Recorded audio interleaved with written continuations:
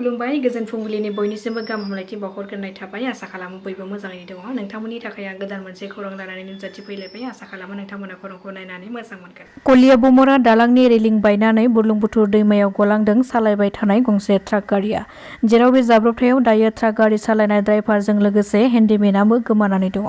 मिथिनो मोननाय बादिब्ला बे जाब्रबथायजों मोगा-मोगि जानाय ट्राक गारिया तेजपुरनिफ्राय नगाव फारसे फैबाय थादोंमोन नाथाय बे फैबाय थानाय समावनो कलिया बमरा दालाङाव हरखाब कन्ट्रल गोमानानै जाब्रबथायजों मोगा-मोगि जानो गोनां जायो। जाथाय जानाय खौरां मोननाय लोगो लोगोनो पुलिस आरो SDRFनि हानजाया थांनानै गोमानाय सानै सुबुंखौ नागिरनायखौ जागायजेनो होननानै मिथिनो मोननाय जादों। भारत आरो तुर्कीनि गेजेराव बांलांनाय जेंनानि सायाव भारतनि मोननै मुलुगसोलोंसालिया तुर्कीनि सोलोंथायारि फसंथानफोरजों गावनि सोलोंथायारि बुजिलायनाय गोरोबथाखौ दोनथ'नो थाखाय फोसावदों। भारत आरो पाकिस्ताननि गेजेराव दावहा सोलिबाय थानाय समावनो तुर्की पाकिस्तानजों लोगोरिनि सोमोन्दोखौ रोखा खालामनायनि उनाव जवाहरलाल नेहरू इउनिभार्सिटि आरो जमिया मिलिया इस्लामिया हायुङारि रैखाथिनि थाखाय गासिबो तुर्कीनि सोलोंथायारि फसंथानफोरजों गावनि सोलोंथायारि बुजिलायनाय गोरोबथाखौ दोनथ'बाय होननानै फोसावबाय। ओजोंहाय मणिपुरनि भारत म्यानमार सिमायाव आसाम राइफल्सनि हानजाया हरखाब मोनसे मणिपुर रायजोनि भारत आरो म्यानमार सिमा ओनसोलनि चन्देल जिल्लानि सामथाल गामियाव अपारेसन खालामनायखौ जागायजेनदोंमोन आरो बे अपारेसन खालामनायाव हरखाब उदखारिफोरजों मोगा-मोगि जानायाव आसाम राइफल्सजों गावलायनाय जादोंमोन जेराव बे गुलि गावलायनाय जाथायाव गासै 60 उदखारिफोरखौ जिउ फोजोबनो हादों होननानै सुलुंनिफ्राय मिथिनो मोननाय जादों। 2025 मायथाइनि पन्चायत बिसायख'थियाव BJP आरो मित्रजोटआ देरहासारनायनि उनाव जिल्ला परिषद आरो आनसलिक परिषद दानो थाखाय थियारि खालामदों। बेनि गेजेरावनो BJPआ जिल्ला परिषदनि आफादगिरि, लेङाइ आफादगिरि, आनसलिक परिषदनि आफादगिरि, लेङाइ आफादगिरि सायख'नायनि थाखाय 7 सोद्रोमानि मोनसे कमिटि दानाय जादों होननानै खौरां मोननाय जादों। रिपर्टनि बादिब्ला 7 सोद्रोमानि बे कमिटियानो जिल्ला परिषद आरो आनसलिक परिषदनि आफादगिरि आरो लेङाइ आफादगिरिखौ सायख'गोन। BJPनि आसाम प्रदेश कमिटिनि आफादगिरि दिलीप शइकियानि बादियै आसाम प्रदेश BJPनि गाहाय नेहाथारि दिप्लरन्जन शर्माया कमिटि दानायनि खौरांखौ फोसावदों। बे कमिटिनि कअर्डिनारि महरै नब कुमार दलेनो बिबान होनाय जादों।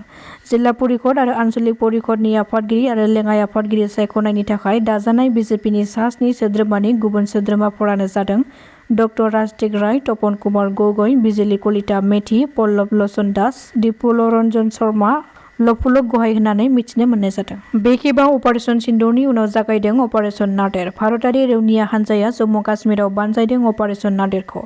मिथिनो मोननाय बादिब्ला जम्मु काश्मीराव उदखारिफोरखौ नागिरनानै भारतारि रौनिया हानजाया बानजायदों अपारेशन नादेर।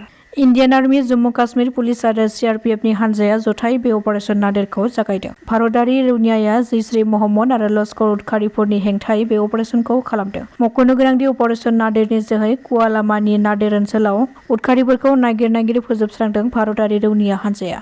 मिथिनो मोननाय बादिब्ला बे अपारेशननि गेजेरजों दासिम 6 उदखारिफोरखौ फोजोबस्रांबाय भारतारि रैखाथि हानजाया। दायो जम्मु काश्मीराव भारतारि रौनियानि अपारेशन नादेरनि गेजेरजों संदाननाया जोबोर गोख्रोङैनो सोलिगासिनो दङ होननानै मिथिनो मोननाय जादों। बिश्वनाथ जिल्ला एबा दानि गोदानै सोसनजानाय BTRनि उदालगुरि जिल्लानि सिङाव थानाय गोजोनपुर गामियाव सानसेनि हाबाफारि लानानै रुफाथि मायथाइ सान फालिनायखौ नुनो मोननाय जादों। बे हाबाफारिनि गेजेरजों गाहाय मन्थ्रि, गिबि मन्थ्रि आरो BTRनि CM प्रमद बर', एबसुनि आफादगिरि दिपेन बर' बिथांमोनखौ BTRआव गोदानै गामि सोसनजानायनि थाखाय साबायखर बावदों।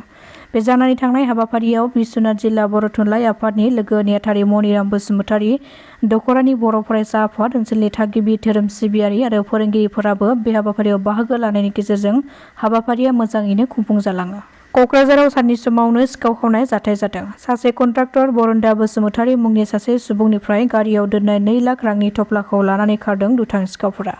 जाथायनि सोमोन्दै मिथिनो हानाय बादिब्ला बरन्दा बसुमतारीया SBI बेंकनिफ्राय रांखौ दिहुननानै गावनि गारियाव दोनदोंमोन। बेनि उनाव गुबुन मोनसे खामानिनि थाखाय गुबुन गंसे गलायाव थांनानै फैनायनि उनाव जेब्ला थांनो थाखाय गावनि गारियाव गाखोयो अब्लासो रांनि थफ्ला लानानै खारनायखौ मिथिनो मोनदों होननानै फोरमायथिदों। सिखावफोरा बे खावना लांनाय रांजों लोगोसे गोनां फोरमानलाइबो दंफायोमोन नाथाय दुखुनांथाव रांजों लोगोसे गोनां फोरमानलाइफोरखौबो खोमानानै लानो गोनां जायो।